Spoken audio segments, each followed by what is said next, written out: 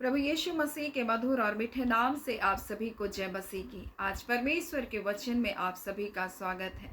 परमेश्वर पिता आज अपने वचनों के द्वारा आप सभी को बहुत आयत से आशीष को दे। पिता परमेश्वर आज अपने वचनों के द्वारा आपसे बोले और बातचीत करे। हम आज उपवास और प्रार्थना के विषय में परमेश्वर के वचन से कुछ बातों को सीखेंगे।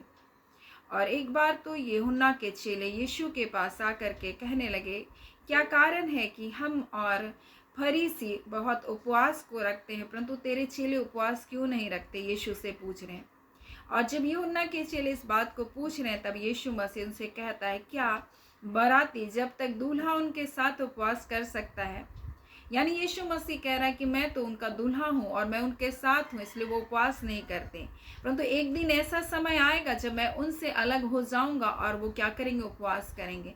मेरे प्रियो, यीशु मसीह क्या बताना चाह रहा है कि उस समय यानी इस समय के बारे में कहा जा रहा है जब लोग यीशु मसीह की उपस्थिति के लिए, उसके प्रेम के लिप्त से भरे जाने के लिए क्या करेंगे? उपवास करेंगे। और यही बात जब हम मरकुस में और उसके हम लोग देखेंगे दूसरा अध्याय को जब पढ़ते हैं तो इस प्रकार से यीशु मसीह कहता है, यीशु ने कहा, जब तक दूल्हा बारातियों के साथ रहता है क्या वो उपवास कर सकते हैं? अतः जब दूल्हा उनके साथ है तब तक तो वे उपवास नहीं कर सकते, परंतु वे दिन आएंगे जब दूल्हा उनसे अलग किया जाएगा, उस समय वे उपवास करेंगे। और आगे जिस बात को यीशु मसीह कह रहा है वो इस बात को कह रहा है कि मैं उनको नया जीवन को दूंगा। और इसलिए कहता है, कोरे कपड़े का पैबंद पुराने वस्त्र पर कोई नहीं लगाता, नहीं तो वह पैबंद उससे कुछ खींच लेगा, अर्थात नया पुराने से, और वह पहले से अधिक फट जाएगा।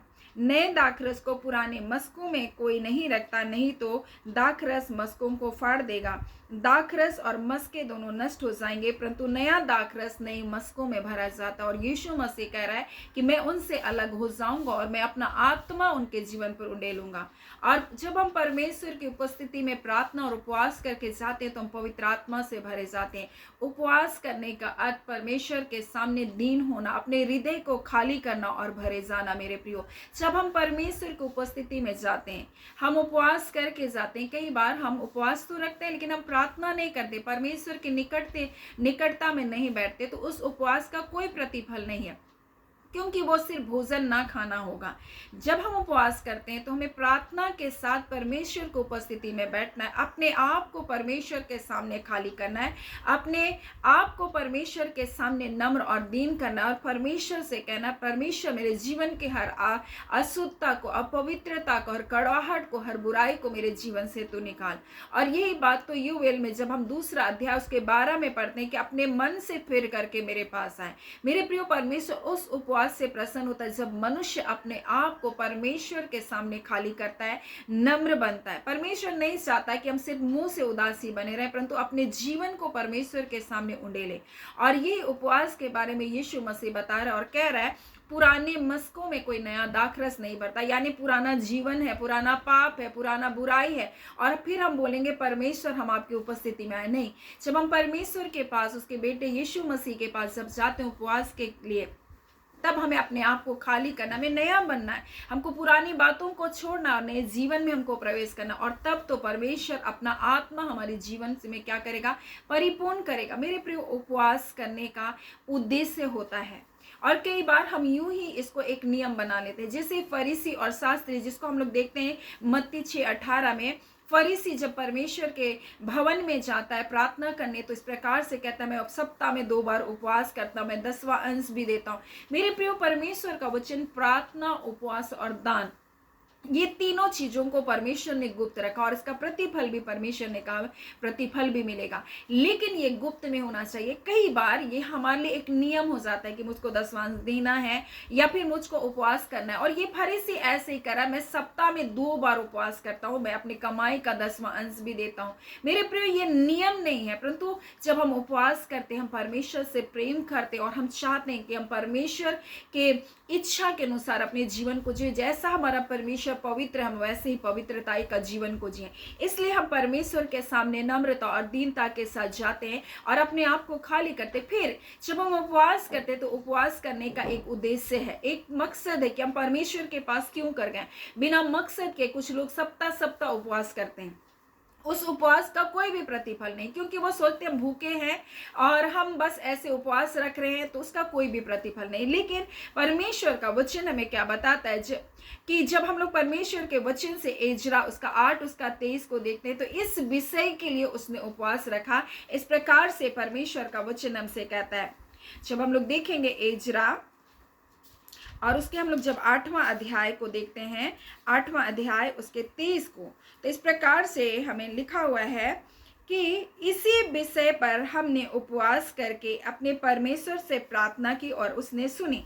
यानी एजरा ने परमेश्वर के सामने किस लिए उपवास किया था? ताकि परमेश्वर से वो सरल यात्रा को मांगे।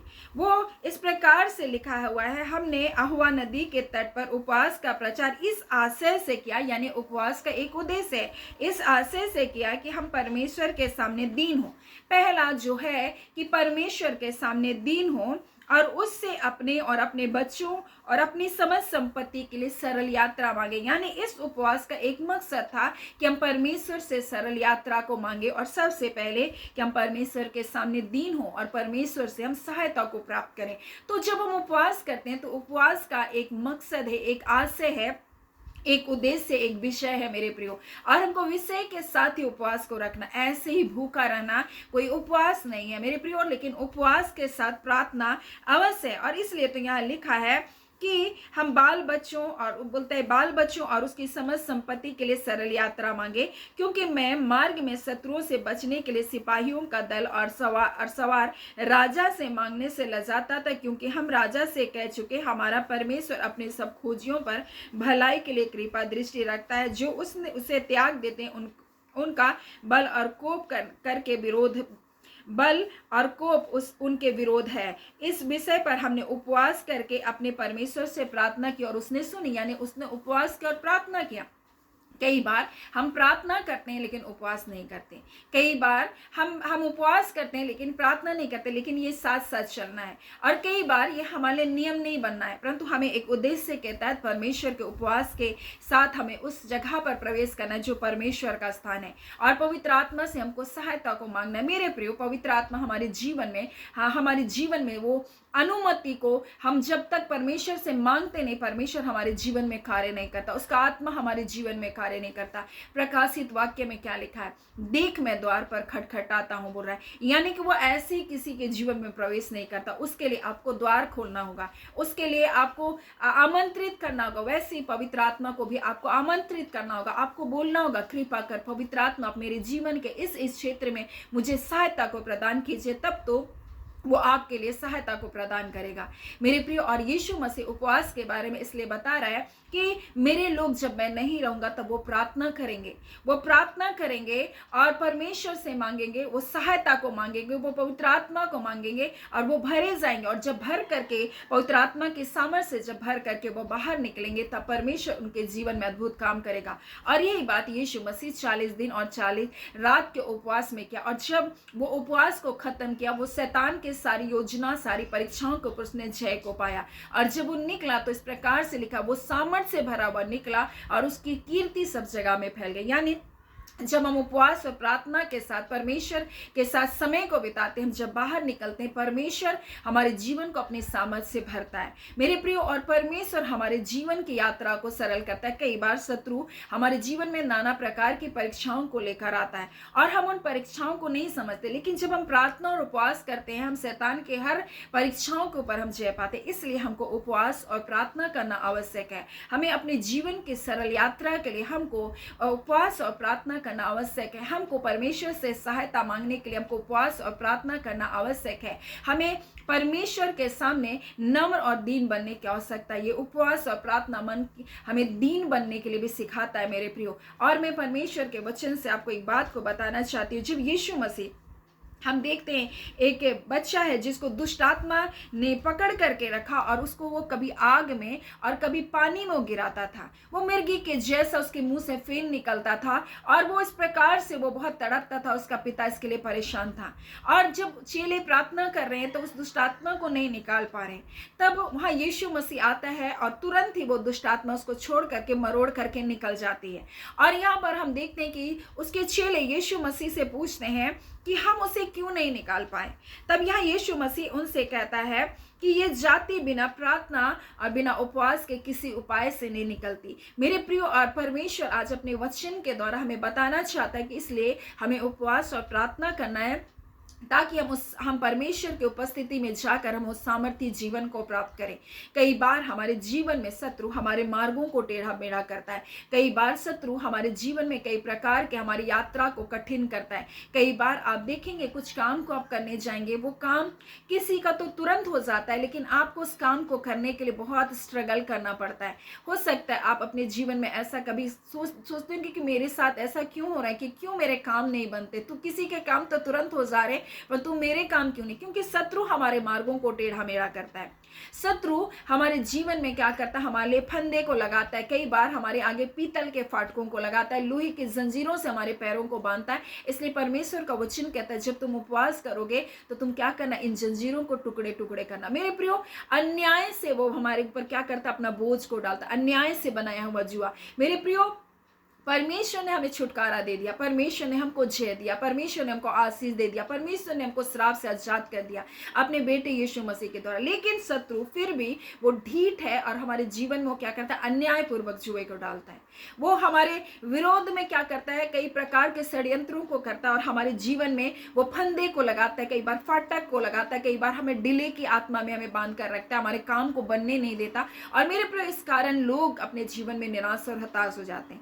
लेकिन जब हम उपवास और प्रार्थना करते, परमेश्वर का वचन कहता है, तुम अन्याय से बनाए हुए जुए को क्या करना? तोड़ना, उसकी बेड़ियों को तुम टुकड़े टुकड़े कर देना। मेरे प्रियो, और ये उपवास और प्रार्थना के द्वारा ही संभव है। मेरे प्रियो, जब हम उपवास और प्रार्थना करते हैं, परमेश्वर के सामने दीन बनते, परमेश्वर अपने सामर्थ को हमारे जीवन में उंडेलता है। हम जब अपने गुनाह, अपनी गलतियों को मानते हैं, हम अपने आप को खाली करते हैं परमेश्वर के सामने। ये उपवास परमेश्वर के सामने अपने आप को खाली करना है, अपने आप को शून्य करना है परमेश्वर के सामने, और तब तो परमेश्वर अपनी सामर्थ से हमको भरेगा। और इसलिए तो कहता है, पुराने मस्कों में कोई नया दाखरस को नहीं भरता। हमें परमेश्वर चाहता है कि जब हम उपवास प्रार्थना करें तो हम अपने आप को क्या करें? खाली करें। हम नया बने परमेश्वर के सामने। उसी पुराने ढिठाई की बातों को, उसी घमंड के साथ, उसी रोष के साथ अगर हम परमेश्वर के सामने उपवास और प्रार्थना करें तो कोई प्रतिफल नहीं मिलेगा।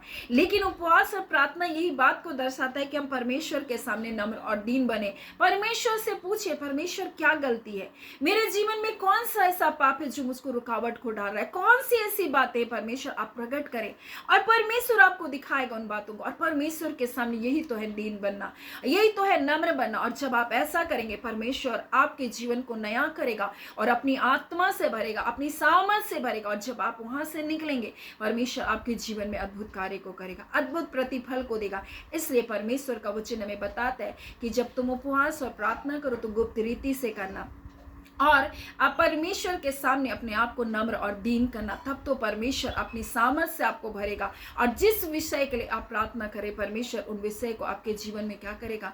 उसका प्रत्युत्तर को परमेश्वर देगा। सो परमेश्वर पिता इन वचनों के द्वारा आप सभी को बहुत ऐसे आशीष को दे। आमीन। आइए हम प्रार्थना करें। धन्यवाद देते हैं जीवते सच्चे सामर्थी मेरे पिता परमेश्वर, प्रभु यीशु मसीह के मधुर मीठे नाम से पिताजी आपके पास आते हैं, आपकी निकटता, आपकी हुजूरी में आते हैं। खुदावन परमेश्वर, मेरे राजाओं के राजा, मेरे प्रभुओं के प्रभु, हम आपका धन्यवाद करते आपके अपरिमित प्रेम के लिए खुदावन, ना बदलने वाले प्रेम के लिए, आपकी तरस के लिए, आपकी करुणा के लिए, आपकी भलाई के लिए, आपके छुटकारे के लिए, आपकी चंगाइयों के लिए पिता परमेश्वर हम आपका धन्यवाद देते हैं। पिता परमेश्वर, जो आपने अपने बेटे यीशु मसीह में अपने लोगों को दे दिया पिता। हाँ खुदावन परमेश्वर पिता, ये उपवास, ये प्रार्थना कोई नियम नहीं परमेश्वर पिता, आपका वचन हमें बताया, परंतु पिता आपके सामने नम्र और दीन होना खुदावन, अपने गुनाह, अपनी गलतियों को मानना पिता, और आपके पवित्र आत्मा से नया बनना खुदावन परमेश्वर पिता, ताकि परमेश्वर प्रभु जिस विषय में परमेश्वर शत्रु के जीवन में पिता जो फंदे को परमेश्वर लगा रखा प्रभु जी, उन फंदों को आप तोड़ सके खुदा। आज अपने वचन के द्वारा निश्चय करके अपने लोगों से बोला और बातचीत किया। ऐ खुदावन परमेश्वर पिता, हम प्रार्थना करते हैं आपके प्रिय बेटे बेटियों के लिए, आपके संतानों के लिए परमेश्वर पिता, जो आपके सन्मुख परमेश्वर इस घड़ी पिता परमेश्वर गिड़गिड़ाते हैं परमेश्वर, प्रार्थना को करते हैं खुदा। आप स्वर्ग से सुनकर उनके दुहाई को सुनने वाले परमेश्वर हैं, उनके संकट में परमेश्वर को निकाल निकाल बाहर करने वाले परमेश्वर हैं। आपका वचन कहता है संकट के दिन मुझसे पुकार और मैं तुझको छुड़ाऊंगा। आपने कहा मैं तुझको छुड़ाऊंगा। पिता जब आपके बच्चे आपको पुकारते हैं पिता, आप उनको छुड़ाते हैं परमेश्वर पिता। ऐ खुदा परमेश्वर जब कौवे के बच्चे आपको पुकारते हैं खुदा, आप उनको हार देते हैं। फिर ये पिता आपकी संतान अपने स्वरूप में परमेश्वर अपनी समानता में बनाया है प्रभु। आप अपने बच्चों को नष्ट होने दे नहीं सकते पिता। आपके बच्चों को पापों में, व्यसनों में, शराब की लतों में, बुरी आदतों में फंसने नहीं दे सकते पिता। आज हर जुआ यीशु नासरी के नाम से इनके जीवन से तोड़ा जाए। अंधकार के बंधन तुम छोड़ो, निकलो और जाओ यीशु के नाम से। तुम्हारा कोई अधिकार नहीं इन परिवारों पर, तुम्हारा कोई अधिकार नहीं इन घरों पर। हम तुम्हारे सारे अधिकारों का खंडन करते हैं, हम तोड़ते हैं तुम्हारी सारी शक्तियों को यीशु के नाम से। तुम्हारा कोई अधिकार नहीं है इसके परिवारों पर, दुखों को लाने का, बीमारियों को लाने का, हर प्रकार के खर्च की आत्मा तुम परिवारों को छोड़कर निकल करके जाओ। हर प्रकार के परमेश्वर शरीर में दर्द और पीड़ा और परमेश्वर नाना प्रकार की समस्या लाने वाली आत्मा तुम निकलो यीशु के नाम से। तुम इनके घरों से निकलो यीशु के नाम से। हम इसे घड़ी आदेश करते यीशु के नाम से, हम आदेश करते यीशु के नाम से। इनके परिवार में तुम्हारा कोई अधिकार नहीं है, इनके पति के जीवन पर तुम्हारा कोई अधिकार नहीं है। मनमुटाव की सारी आत्मा तुम निकलो परिवारों से। हर प्रकार के अंधकार की शक्तियों का हम आदेश करते हैं यीशु नासरी के नाम से। तुम्हारा कोई अधिकार नहीं इन परिवारों पर। हम यीशु के लहू की बादशाह में जब ये परिवार है खुदाबंद परमेश्वर पिता, आज हर बंधन तोड़ा जाए यीशु के नाम से। खुदाबंद परमेश्वर पिता, आपके लोगों को हम ब्लेस करते पिता, जय और छुटकारे को देने के लिए, शांति और आनंद को देने के लिए, अद्भुत छुटकारे को दे देने के लिए पिता आपका धन्यवाद पिता। ये चंगे कर दिए गए, ये छुटकारे को पा चुके, ये जय को पा चुके पिता आपका धन्यवाद। खुदावन परमेश्वर पिता, जो टूटे हैं पिता अपने परिवार में, हाँ पिता, जो अकेलेपन में टूटे हैं परमेश्वर पिता, जो पिता परमेश्वर टूटे परिवार है पिता परमेश्वर, किसी की पत्नी मर गई पिता परमेश्वर, किसी का पति मर गया खुदावन, हाँ पिता परमेश्वर, कितने बच्चे अनाथ है परमेश्वर। आज ऐसे टूटे परिवारों की सुधि लीजिए खुदावन, आप तरस खाइए खुदावन, ऐसे टूटे परिवारों को परमेश्वर प्रभु जी आप बहाल कीजिए। ऐसे टूटे बच्चों के जीवन को बहाल कीजिए जिनका कोई संरक्षण नहीं पिता, इस संसार में कोई परमेश्वर देखभाल करने वाला नहीं खुदावन। आज खुदा इनके लिए आप उपाय कीजिए खुदावन परमेश्वर। ऐ मेरे पिता परमेश्वर, जो रोग से टूट गए हैं पिता, हाँ पिता परमेश्वर, रोग पिता ने ग्रसित करके रखा, इनको बांध करके रखा, ये निराशाओं में चले सारे पिता, हर बंधन टूट जाए यीशु के नाम से खुदावन। आप तरस खाने वाले, दया करने वाले, करुणा निधान परमेश्वर, अपने हाथ को बढ़ा लीजिए कृपा कर और उस घर से बाहर निकाल लीजिए पिता। आपका धन्यवाद पिता, आपने जो पहले किया वो आज और इसी घड़ी भी अपने लोगों के लिए आप करने जा रहे पिता।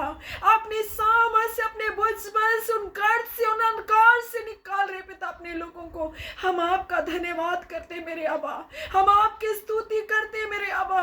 आपके लौकिक प्रेम के कारण परमेश्वर पिता, इनके जीवन में आप बहाली को लेकर आ रहे पिता, आज चंगाई को लेकर आ रहे, आज छुटकारे को लेकर आ रहे पिता। आपका धन्यवाद पवित्र आत्मा, आपका धन्यवाद पवित्र आत्मा, आपका धन्यवाद पवित्र आत्मा।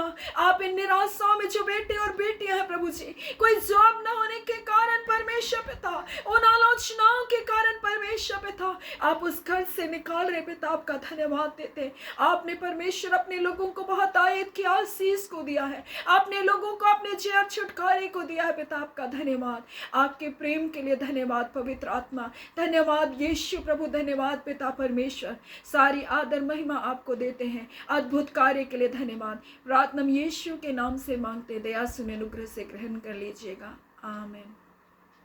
परमेश्वर पिता आप सभी को बहुत आयत से आशीष को दे, आमीन।